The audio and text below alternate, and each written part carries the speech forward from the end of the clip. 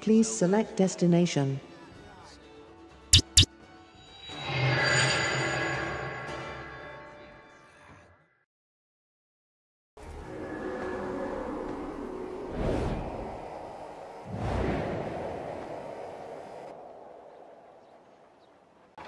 Having now finished all the Assassin's Creed games, that's all 5 of the 3-part story, I thought I'd take a little time to reflect on what I learned, to get a bit of perspective, so to speak.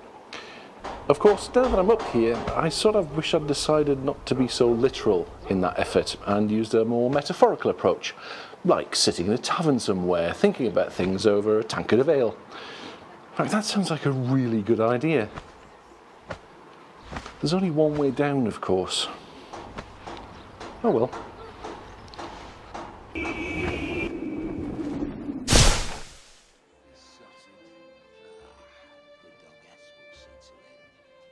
Well, that was an experience.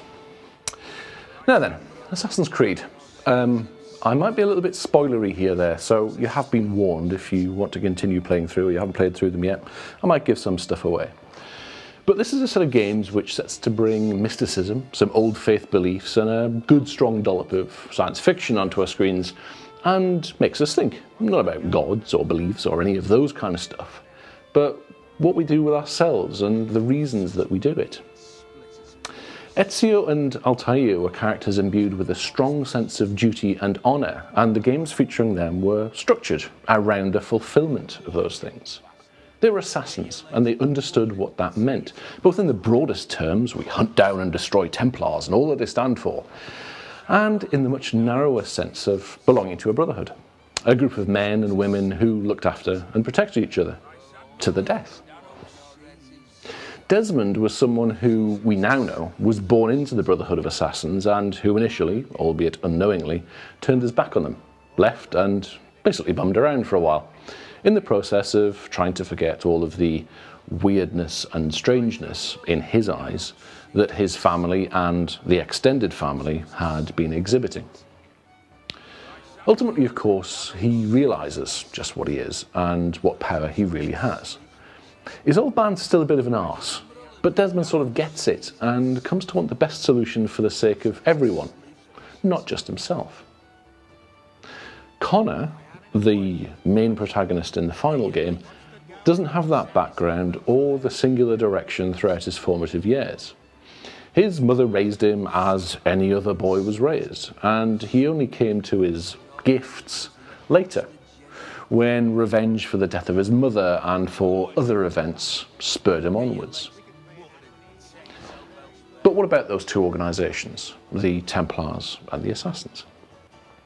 Abstergo, they're the modern corporate face of the Templars and provide both financial and sort of significant channels of political support and influence in the Templars' search for, well, whatever it was that they were searching for, ultimately. Yeah, that was the apples and the other pieces of Eden, which they planned to use to control the global population via orbital communications satellites. Feels like that's kind of happening, but maybe. The Assassins, though. They operate very sub rosa. Desmond's family operate as a semi-nomadic commune known as the Farm, using their skills to infiltrate Abstergo and disrupt their plots and schemes for world order and structure. Then there's the first civilization. Funny looking folks. They're a highly developed set of people with advanced technologies who were seemingly destroyed about 85,000 years ago in some globally catastrophic event, from which the ashes of our civilization was developed. They knew it was coming and they tried to stop it, considering various techniques, including bending the minds of the human masses using the Apple devices, which sounds a little familiar. It's actually interesting to note the parallels which are drawn in the last game between the two organisations and the two main first civilization characters that we see throughout the games. That's Juno and Minerva.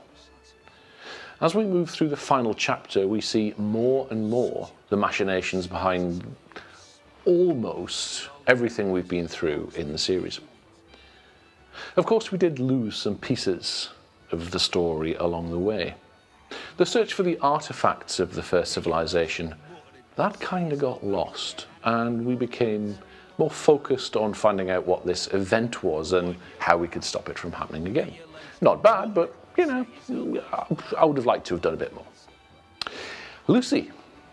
Lucy was the biggest hit I suffered. She was working for Abstergo, helped Desmond escape, and set up shop in Florence to continue retrieving those memories of Ezio.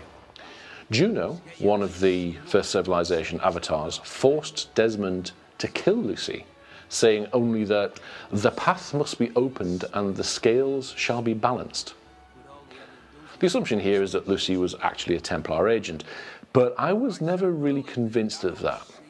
I don't know, maybe I was just distracted by a smart girl with a pretty face too. Then there was that other guff, Subject 16, who left a whole bunch of clues, puzzles and memories of that escaping couple, Adam and Eve. Hybrids of first civilization and early humans, trying to get away from their former life. We know that they were the parents of Cain and Abel, brothers who fought and one who died over one of the apples of Eden. We also know that Eve led the first rebellion of the humans against their creators, the first civilization. Adam's blood runs through Desmond's veins and also through Subject 16's. But, and this is the thing, this is all we get. And even that's gleaned information. Of course, we're not going to expect a complete chronological history of the last 75 to 85,000 years, but it's creating a set of scenarios to give context in what we're doing, and I don't like the loose ends that it left behind. Why did Lucy have to die? But from my now metaphorical position of perspective, what do I think? I actually enjoyed Assassin's Creed as a whole. Parts of it I enjoyed very much indeed, and then there are some parts which I didn't enjoy very much at all. Of the good bits, those were mostly concentrated in the Ezio trilogy.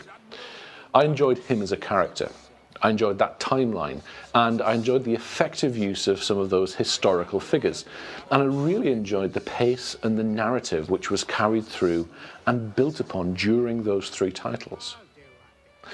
Of those bad bits, well, they were mostly in the last game.